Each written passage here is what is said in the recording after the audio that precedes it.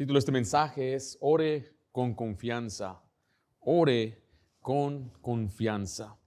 El creyente puede orar con confianza porque Dios escucha la oración. Y escucha la oración que se hace conforme a su voluntad. Voy a explicarle lo que significa orar conforme a la voluntad de Dios en un momento. Pero la verdad es que muchas veces nuestra vida de oración es marcada más por duda que por fe. Oramos, pero no sabemos si Dios realmente está escuchando, si escuchó.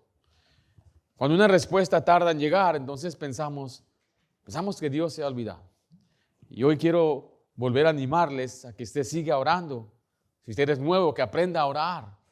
La oración debe ser parte diaria de su vida y usted debe estar orando constantemente, perseverando en la oración. Ahora, específicamente al final, voy a pedir orar juntos. Voy a hacer un mensaje quizás no tan largo, normalmente largo como lo hacemos, pero hay alguna carga que llevo en mi corazón por 2 días. Quiero que me ayuden a orar por este edificio que está de aquel lado. La mañana mencioné algo así, pero hoy voy a hablar acerca de la oración y vamos a pedirle a Dios que nos dé este edificio aquí. Ahora, ¿qué es más difícil, piensa usted? ¿La provisión para poder alquilarlo, rentarlo o que se disponga? Algunos dirían, no, es que el recurso es lo más difícil. Dios ya contestó eso, ya tenemos el recurso. Lo que hace falta es que se desaloje el lugar. La mañana le dije que orar por ellos, ahí están unos varones. Vamos a orar que Dios los bendiga para que consigan un mejor lugar. ¿Qué les parece? ¿Sí? Una oración positiva mejor. Pero quiero que usted comprenda esto. Hay cosas que usted necesita en su vida. ¿Necesita oración usted? ¿Tiene duda? Hay veces cuando ora que hay incertidumbre. ¿Le está contestando Dios sus oraciones? O sea, ¿debe Dios contestar? Dios nunca quiso que sus hijos vivieran con esa incertidumbre. Dios nunca tuvo la intención de que la oración fuera como un botón de emergencia tampoco. La oración es una invitación diaria para caminar en comunión con Él, y cuando comprendemos que Dios nos escucha, dejamos de correr a Dios solamente cuando tenemos problemas y comenzamos después a buscarlo para disfrutar su comunión. Y allí es donde Dios empieza a obrar, allí es donde Dios empieza a contestar. Cuando ya conoce bien nuestro corazón. La primera carta de Juan fue escrita para dar seguridad al creyente. Y aquí vamos a ver en esos versículos un privilegio que Dios nos da, es la confianza de acercarnos a Él en oración. El mismo Dios que nos da vida eterna y nos asegura, ahora nos quiere dar confianza para que oremos con confianza. Ore con confianza. Vamos a ver entonces algunas verdades, 3 verdades que fortalecen nuestra vida de oración. Note, la primera verdad es muy importante. Tenemos que tener una vida de oración. Juan comienza diciendo esto, 1 de Juan 5:14, y esta es la confianza que tenemos en Él, que si pedimos alguna cosa conforme a su voluntad, Él nos oye. Y sabemos que Él nos oye en cualquiera cosa que pidamos. Sabemos que tenemos las peticiones que le hayamos hecho. Observe que Juan aquí asume o da por sentado que el creyente ora. No dice si alguna vez llegan a orar. Tampoco dice si sienten deseos de orar. Simplemente dice si pedimos. La confianza que Juan describe pertenece al creyente que vive acercándose a Dios en oración. Mire, la oración es quizás lo más difícil en la vida cristiana. ¿Pueden estar de acuerdo algunos conmigo? O sea, algunos podemos leer la Biblia todo el año, podemos venir a la iglesia fielmente, tenemos convicciones, hacemos muchas cosas, pero quizás la oración es lo que a veces más, en el área donde más fallamos, donde es más difícil en ser constante y ser consistente. Porque mañana nos levantamos, estamos cansados, vamos corriendo al trabajo y no oramos como debíamos, y así pasa nuestra rutina de oración, a veces es inconstante. Pero Dios espera que sus hijos oren continuamente. Vamos a ver algunos pasajes, acompáñenme a Lucas 18, versículo 1. Todos esos versos que le voy a mostrar son pasajes, yo diría, clásicos de la oración. Cada creyente debería memorizárselos, conocerlos, las promesas de la oración. Dios espera que sus hijos oren continuamente, todos los días, siempre. En Lucas 18:1 dice así la Biblia, también le refirió Jesús una parábola sobre la necesidad de orar. ¿Cuándo? Siempre. ¿Y no qué? Desmayar. Eso significa no darse por vencido. Jesús enseñó que la oración, recuerda aquí, no es una opción. ¿Es una qué? Es una necesidad. Una necesidad. Usted necesita orar. Usted necesita un tiempo de oración. Usted necesita arrodillarse. Usted necesita implorar a Dios, rogarle a Dios. Usted lo necesita. No es opción. No es si quiere, lo necesita.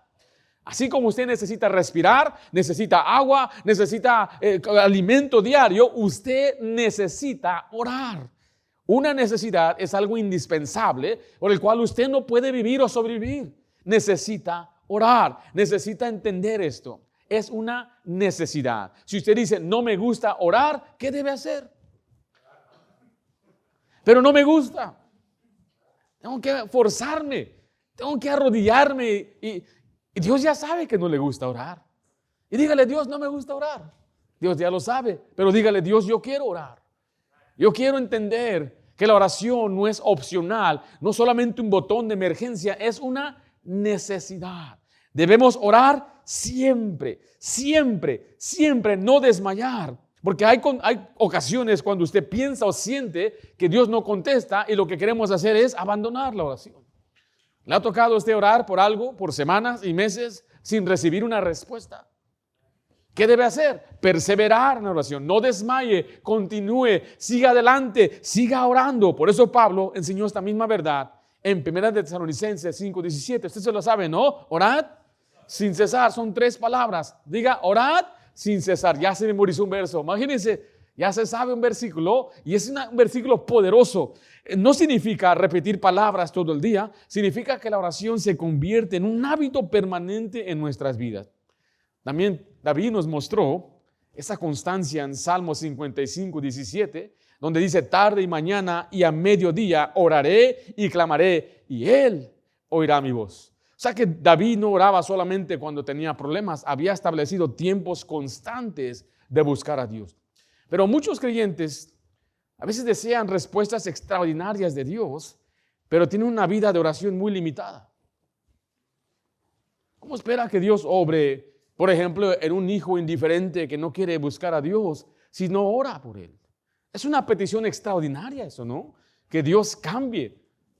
¿Usted recuerda a alguien en la Biblia que fue transformado así de un instante porque alguien oró toda la noche? Ya le di bastantes claves aquí. La pasó luchando con el ángel de Jehová. ¿Quién es? Jacob. ¿Por qué oró Jacob toda la noche? Porque venía su hermano con 400 hombres para matarlo. Y él dice en la Biblia que luchó con el ángel de Jehová hasta que rayaba el sol. Una noche entera orando. ¿Usted ha orado una noche entera? ¿Ha orado usted desde las 9 hasta que raya el sol, a que se está levantando el sol? ¿Cómo esperamos que Dios haga algo extraordinario si nuestra misma oración limita el poder de Dios? Porque no oramos, ni siquiera podemos decir, oro en la mañana y en la tarde. Quizás ni siquiera ora, no pasa tiempo ni 5 minutos y piensa como un religioso, ya oré la oración de 5 minutos y voy por mi camino. Por eso le quiero retar, mi querido hermano, que usted debe entender que una respuesta extraordinaria de Dios requiere a un cristiano que ore con constancia, que sea perseverante. No podemos esperar que Dios obre si nosotros no oramos con fervor. Es una necesidad. ¿Una qué? Necesidad. No estoy hablando de sus necesidades, estoy hablando de que usted necesita orar. Necesitamos orar. Mire, y Jesucristo es nuestro mayor ejemplo. Note lo que dice Marcos 1:35. Si alguien hubiera pensado que no necesitaba orar, podríamos decir Jesús no necesitaba orar, porque Él es Dios mismo, ¿no? Sin embargo, durante todo su ministerio encontramos a Jesús buscando constantemente la comunión con el Padre. O sea, si el Hijo de Dios consideró indispensable la oración, ¿cuánto más nosotros? En Marcos 1:35 dice, levantándose muy de mañana, siendo aún, ¿qué? Muy oscuro, salió y se fue a un lugar desierto y ahí oraba. Te da un modelo de oración aquí. Oraba Jesús todos los días. Es número 1. Número 2, puede ver que Él tenía un horario. ¿Cuándo oraba? Muy de mañana. Cuando era aún oscuro. ¿Qué ¿Qué horas serán esas? Hoy serían a las 4, ¿verdad? Casi 5. Pero dice ahí, salió a un lugar desierto, un lugar donde no había quien le molestara, un lugar donde no había distracciones. Y ahí oraba. Si usted conoce la vida de Jesús, ¿dónde es donde él oraba? Tenía un lugar especial. ¿Dónde era? ¿Cuál monte? Monte de los Olivos. Era su lugar de oración. Y usted necesita un lugar de oración. Pero Jesús oraba a pesar de las multitudes, a pesar del cansancio, a pesar de las muchas responsabilidades de su ministerio. Jesús hizo de la oración una prioridad. La oración nunca fue una interrupción por su ministerio. La oración fue parte de su ministerio. Más adelante, cuando enfrenta la cruz, nuevamente vemos a Jesús haciendo vemos este hábito en Jesús. Se lo voy a leer en Lucas 22, 39 al 41. Y saliendo se fue como solía. Como solía significa como lo hacía. No era una reacción, sino una costumbre, al monte de los Olivos. Y sus discípulos también le siguieron. Cuando llegó a aquel lugar, les dijo: orad, que no entréis en tentación. Y él se apartó de ellos a distancia como de un tiro de piedra, y puesto de rodillas, oró. Era una costumbre, un hábito que él tenía. Pero muchos creyentes quieren tener el poder de Cristo, pero pocos quieren seguir el ejemplo de Cristo. Nunca tendremos una vida de oración fuerte si esperamos sentir deseos para orar, porque no lo sentimos a veces. Deseos de comer, sí, eso no hay problema. Uno está pensando en dónde vamos a comer. Acaba de comer hace unas horas y ya está pensando, ahora dónde vamos a comer. Esos deseos son de la carne. Orar es un deseo del Espíritu. Entonces tenemos que ponernos ¿por qué no queremos orar? Mire, si usted es como yo, es difícil levantarse temprano porque ¿qué nos gana? Pues el sueño. Usted no quiere dejar esas cobijitas y se siente más rico la cobija, no, cuando tiene que levantarse. Pero tiene que hacerlo. Tiene que decirle a su cuerpo: levántate, Ayala. No, te toca a ti, Ayala. Y no quieres. Y es una lucha interna, pero usted tiene que ponerse a orar. Y sería bueno que oraran como pareja. Si tiene su esposa, su esposo, oren juntos. Dígale: mi amor, vamos a orar. Y usted mira a su esposo y diga: vamos a orar. Oremos juntos. Y eso es lo que pueden hacer. Oren individualmente los dos. Cada quien ore en su corazón delante de Dios. Ya después de que terminan un tiempo, vamos a decir 10, 15 minutos orando solos, pueden ya orar en voz alta y empezar a orar unos por otros y por la familia. Es una buena manera de empezar su día, es orando juntos, especialmente como pareja. Alguien dijo: una familia que ora junta, se permanece junta esa familia. Y es importante que nos demos cuenta que nunca tendremos una vida de oración fuerte si esperemos sentir. Porque la oración madura no depende del estado de ánimo, depende de una decisión diaria. Yo decido orar, yo planeo mi vida de oración. Mañana me voy a levantar y lo primero que voy a hacer es orar. Primerito, antes que cualquier cosa pasa, antes, pero me da las ganas de comer. Mire, si tiene tanto, llévase una fruta y ore mientras esté orando, pero ore al Señor. Si usted es aquellos que empiezan a orar y mientras oran se duermen, entonces ore de pie, ore sentado. ¿O le ha pasado que usted empieza a orar? Yo he estado orando con algunos y estamos de rodilla, después ya le duelen las rodillas y los veo hasta acostados ya después. Estaba orando en una conferencia que fuimos y me compartí un cuarto con otro siervo de Dios. Yo me acuerdo que él agarró su cobija, se acomodó, se sentó, parecía un Buda, y así se sentó. Y después oía, y según él estaba orando. Le dije: hermano, ¿qué pasa? Dijo: así oro yo. Wow, tú oras roncando también. Qué tremenda bendición. Entonces, ¿qué hago, pastor? Si ese es su caso, pues haga algo, que despiértese, camine unos 5 minutos, tome un vaso de agua, ese es un baño frío, bien frío, que lo va a despertar. Pero usted necesita orar. No deje que el cuerpo le gane, no deje que el sueño le gane, no deje que la desidia le gane. Usted necesita orar. Jesús es nuestro mayor ejemplo de oración. Y si creemos que Dios obre, Jesús mismo dijo que los discípulos de Él harían mayores obras que Él mismo. Pero para eso tenemos que orar como Jesús oraba. Note entonces, debemos tener una vida de oración. Pero mire, número 2, debemos orar con fe. Debemos orar con fe. Primera de Juan 5:14 al 15. Dice así la Biblia. Y esta es la que. La confianza. Esa es la clave. La confianza habla de fe. Y esta es la confianza que tenemos en Él.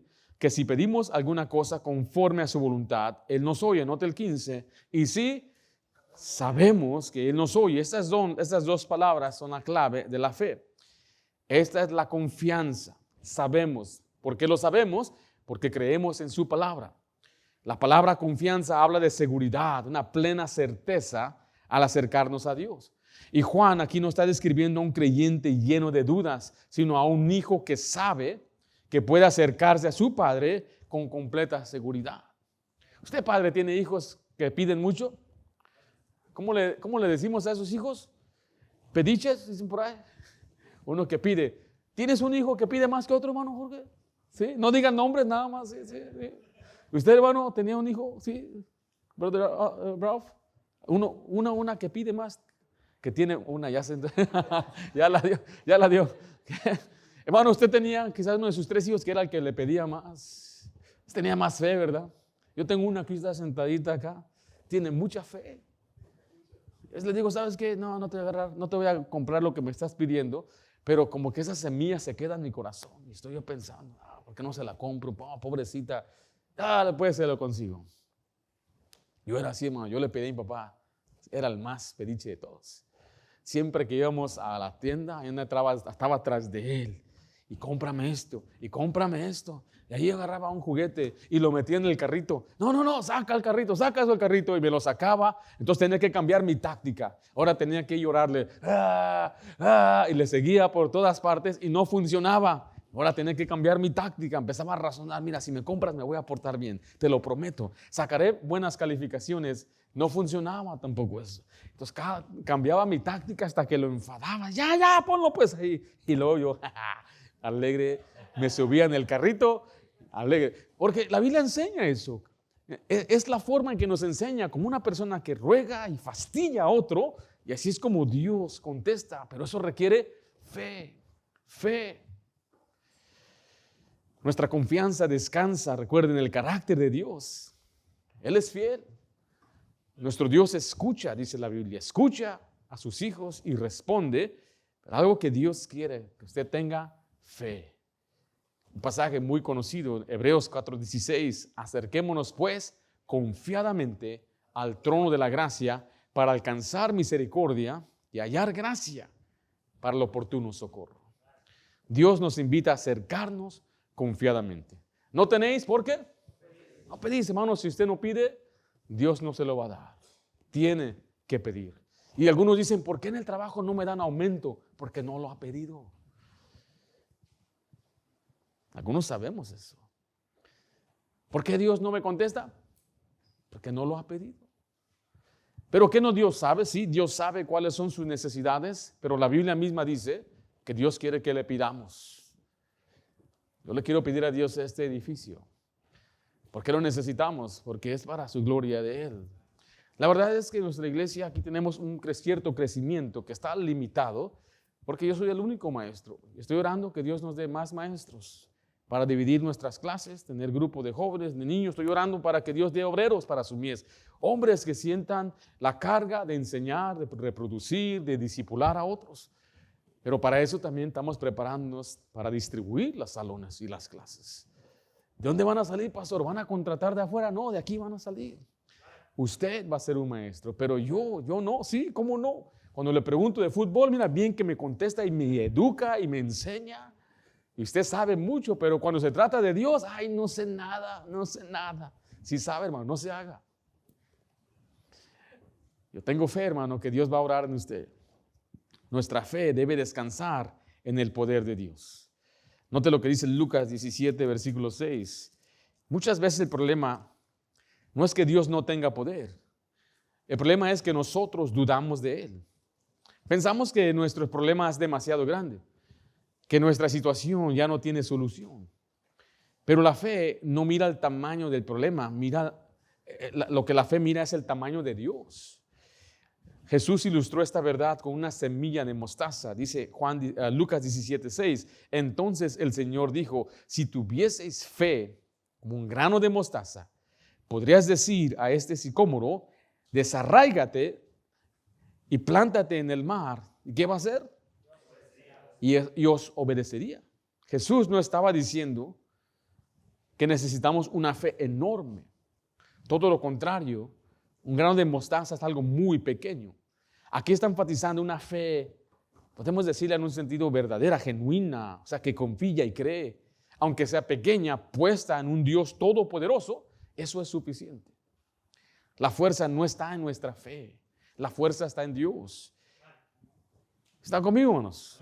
Y Jesús usa este ejemplo figurado para enseñar que Dios puede hacer para nosotros lo que parece imposible. ¿Lo que parece qué? Imposible. Muchas veces dejamos de orar porque creemos que ya no vale la pena. Pensamos, Dios no puede cambiar esta situación, Dios no va a responder. En unas semanas, en agosto, voy a enseñar un poco acerca de matrimonio para algunos solteros que veo por aquí. Pero ten fe, hijo. Ten fe. ¿Cuál fe? Dicen. Sí, cree, confía en Dios, pídele a Dios. Mire, yo pasé por lo menos 2 años y medio orando, Dios, dame una buena esposa. 2 años y medio. Yo nunca imaginaría que me iba a casar con Esther. Si usted sabe quién era Esther, Esther era la muchacha ejemplar, la que el pastor quería que fuera su nuera. La que enseñaba en lugar de la esposa del pastor. Si usted conoce a nuestro pastor, él habla de ella por donde quiera. Yo nunca me imaginé que ella se iba a dignar a ver a un pecador como yo. Me hablo en el sentido espiritual, una buena mujer. Y yo oré, pero no oré por ella, yo oré que Dios me ayudara a mí a crecer. Dame fe, yo quiero ser. Y un día dame una esposa sin fijarme en quién, sino simplemente enfocarme en Dios. Ten fe, mi hermano. Ten fe. Algunos necesitan fe para restaurar.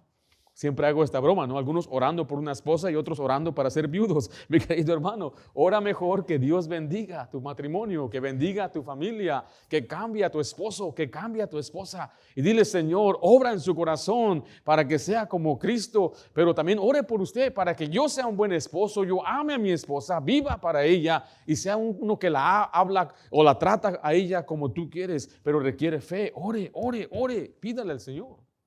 Padre, usted tiene hijos, ore por su futuro de ellos. No tenga miedo, no tenga temor. El Señor está con nosotros.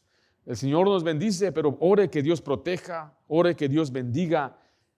Nuestra fe debe descansar en el poder de Dios. ¿Qué es algo que Dios no puede hacer? Nada imposible para Dios. ¿Cuál es su situación imposible? No hay, no existe. Por eso nuestra fe descansa en las promesas de Dios. Note lo que dice, por favor, 2 Corintios 1:20. La fe que se basa en la Biblia no nace de nuestros sentimientos, nace de la palabra de Dios. No creemos porque sentimos. No diga esto, es que yo lo siento. No piense de esa forma. Nunca se guíe por sus sentimientos. Guíese por lo que dice la palabra de Dios. Ahí le habla de que la fe viene por el oír y el oír de la palabra de Dios. ¿Necesita fe? ¿Cómo puedo aumentar mi fe? Leyendo la palabra. Pero, ¿cuánta palabra? La palabra de Cristo more en abundancia, que sobreabunde. No hay tal cosa como demasiada Biblia. Escuché una vez, estaba hablando con un pastor, hay algunos que tienen diferente perspectiva. Yo enseñé una vez a un grupo de pastores que ellos deberían leer la Biblia.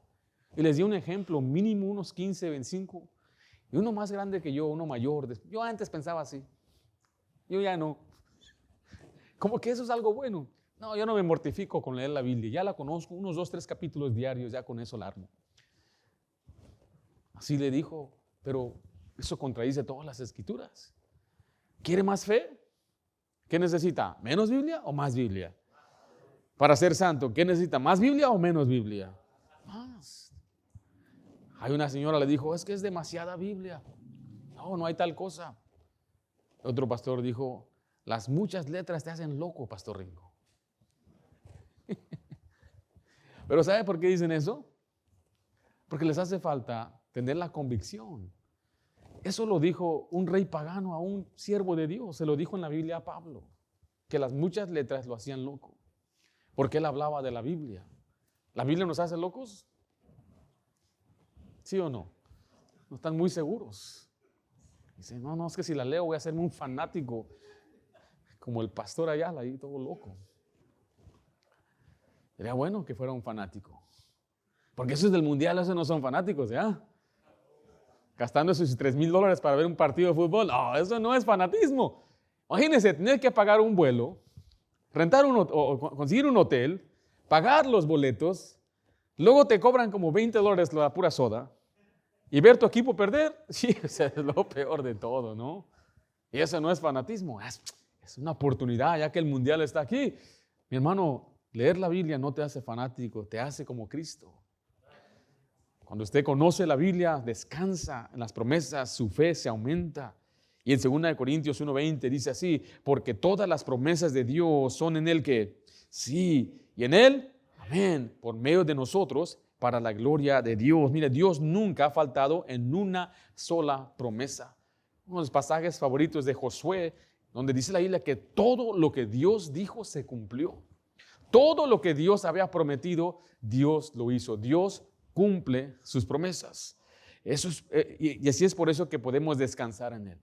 En Hebreos 11:6 dice, pero sin fe es imposible agradar a Dios, porque es necesario que el que se acerca a Dios crea que le hay y que es galardonador de los que le buscan. La fe reconoce aquí dos verdades. Primeramente, que Dios existe. Segundo, que Dios recompensa a aquellos que le buscan. Por eso Santiago nos exhorta, pero pida con fe, no dudando nada. Porque el que duda es semejante a la onda del mar, que es arrastrada por el viento y echada de una parte a otra. Dios desea que acudamos a Él con un corazón que confía en sus promesas. ¿Y cuáles son esas promesas? ¿Cuáles son las promesas de Dios? No necesitamos fe para eso, ya las tenemos, ya creímos, ya nos la dio. Estamos hablando de promesas de la vida diaria, para aclarar.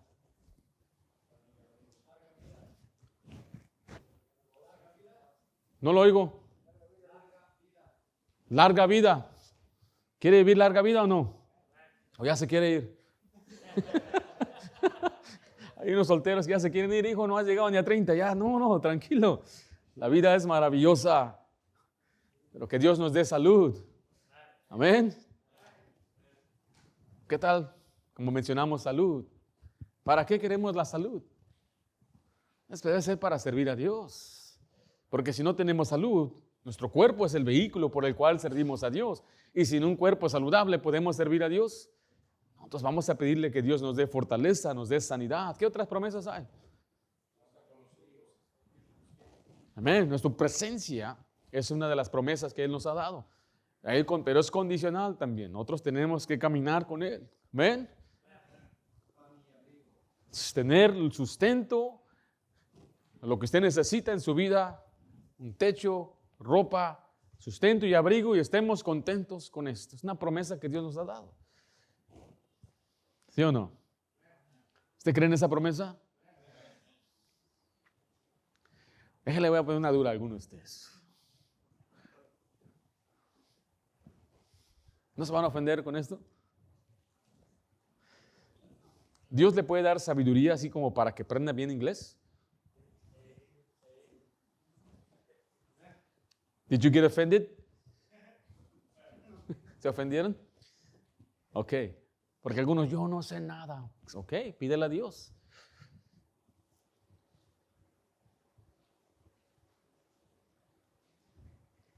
¿Sí me estoy explicando o no? ¿Le puede dar Dios un cerebro más que trabaje mejor o no?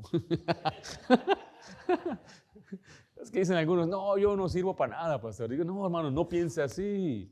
Confía en las promesas de Dios. Si vamos a hablar así abiertamente, en verdad, no somos nada sin Cristo, no somos nada sin Dios. Y aquellos que dicen, es por mi inteligencia, eso ya es soberbia y es orgullo. Porque Dios nos da la inteligencia. Dios nos da las oportunidades. Y usted dice, yo no puedo, yo no sé, entonces pídele a Dios ayuda, Señor, yo necesito ayuda para tomar ciertos exámenes, pruebas o poder conseguir licencias. Y eso Dios le va a ayudar. Mire, yo no comprendo, mi hermano, usted vive en el condado más rico de California. Dios puede bendecirlo a usted grandemente. Lo que necesita es confianza de Dios. Yo trabajé por años pintando. Un pintor gana bien. ¿Pero sabe por qué siempre, a veces, hermano, no ganas bien? Le ganó la risa, hermano. Pero mire, yo no me refiero al pintor ayudante, me refiero al que contrata. Acá yo digo, entonces así, sí. Porque pintar usted sabe. ¿Quién no sabe nada de pintura? Levante su mano, ¿quién no sabe nada de pintura? No sabe nada, entonces no sabe qué es cortar. En pintar hay cortar. ¿Verdad, hermano? ¿Qué es cortar? Hacer la línea así, ¿no? No poner tape, ese no es de pintor. El pintor verdadero, mira. ¿Le puede dar Dios sabiduría para ser un buen pintor? Miren, le digo, y esto le digo para que usted se anime. Conseguíamos unos contratos y de repente, ¿sabes qué? Se lo dimos a este. Y cuando veamos quién era un asiático quien hablaba bien en inglés. Pero yo digo, ¿por qué ellos tienen más valor que muchos de los hispanos? Se quedaron bien callados, mis hermanos. ¿Por qué le tiene miedo usted a ir y a decir, yo sé pintar, hi, my name is, y está bien, pero poco a poco. My name is Rafael and I'm here to help you. Pero pronto mira, my name is Rafael. Wow. Rafael Hernández. Usted puede. Ore a Dios.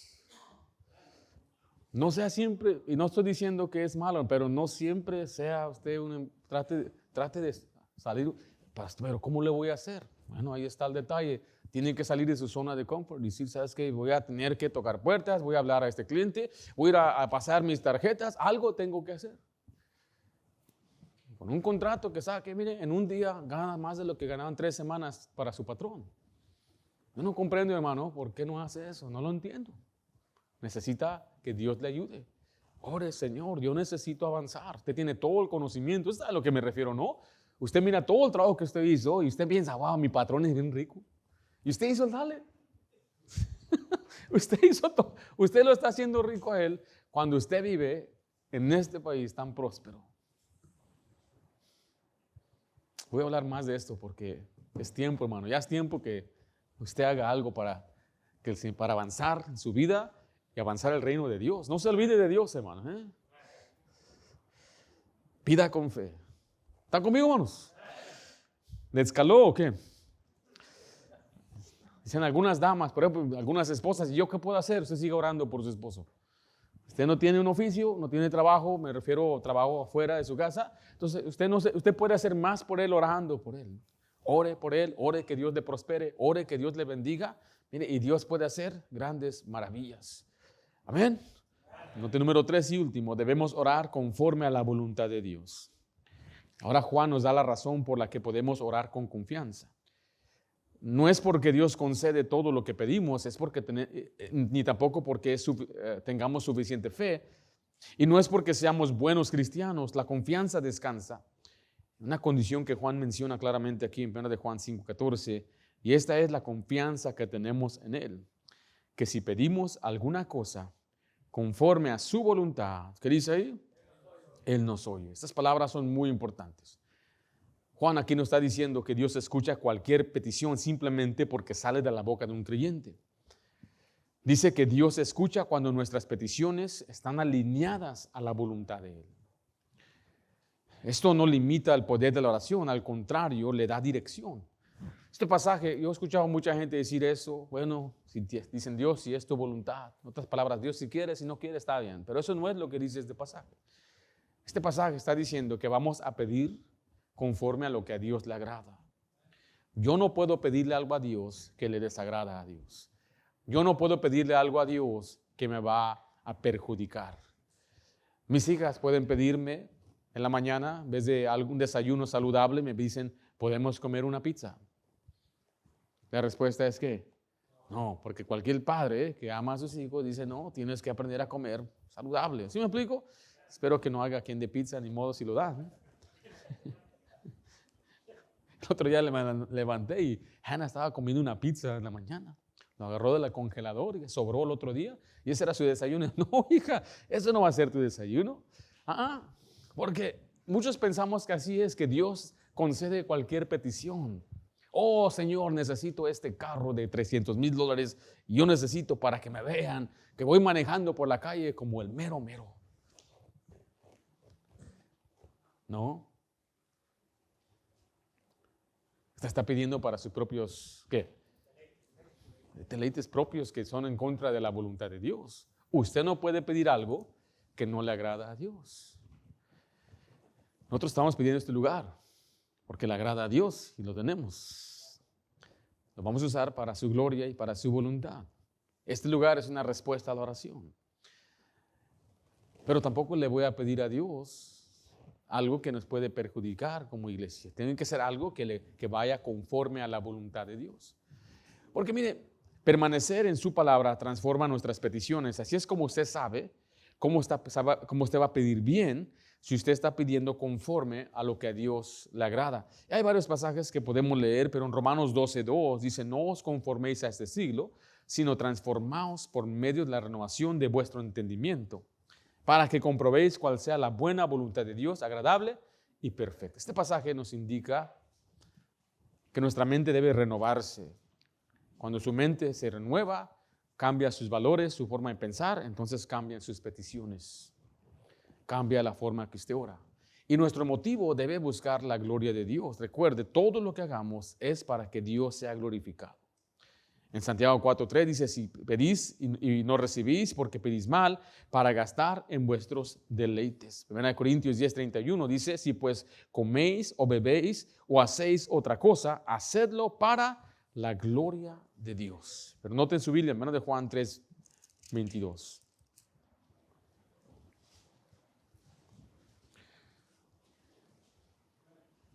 Dice, y cualquiera cosa que pidiéramos, la recibiremos de Él, porque guardamos sus mandamientos y hacemos las cosas que son agradables delante de Él. Juan no está diciendo que ganamos favor de Dios por obedecer, sino que está enseñando que un creyente que camina en obediencia naturalmente va a pedir cosas que agradan a Dios. La obediencia y la oración siempre caminan juntos. Entonces, antes de pedir una petición al Señor, puede ser útil hacerse algunas preguntas. ¿Eso que está pidiendo glorifica o va a glorificar a Dios? ¿Esto me va a acercar más a Cristo? ¿Esto ayudará a cumplir el propósito de Dios? Si Dios responde esta oración, ¿le daré toda la gloria a Él? Vamos a dar un ejemplo de un trabajo. Hay una oportunidad de una compañía que se está abriendo y están contratando. Y en esta compañía, bueno, venden cosas cuestionables. ¿Eso va a glorificar a Dios? Algunos me han dicho, pastor, es malo que yo trabaje donde sirven alcohol. Bueno, si es un restaurante, quizás tenga sabiduría, discernimiento, pero una barra, glorificaría a Dios que usted esté ahí sirviendo los brindis a otros ahí, en ese ambiente. ¿Sí o no? ¿No? ¿Por qué no contesta, hermanos? ¿Ese trabajo le va a acercar más a Cristo o lo va a alejar? No, vamos a ver otro trabajo. Una vez yo apliqué para un hotel, trabajar en un hotel como uno que recibe a la gente.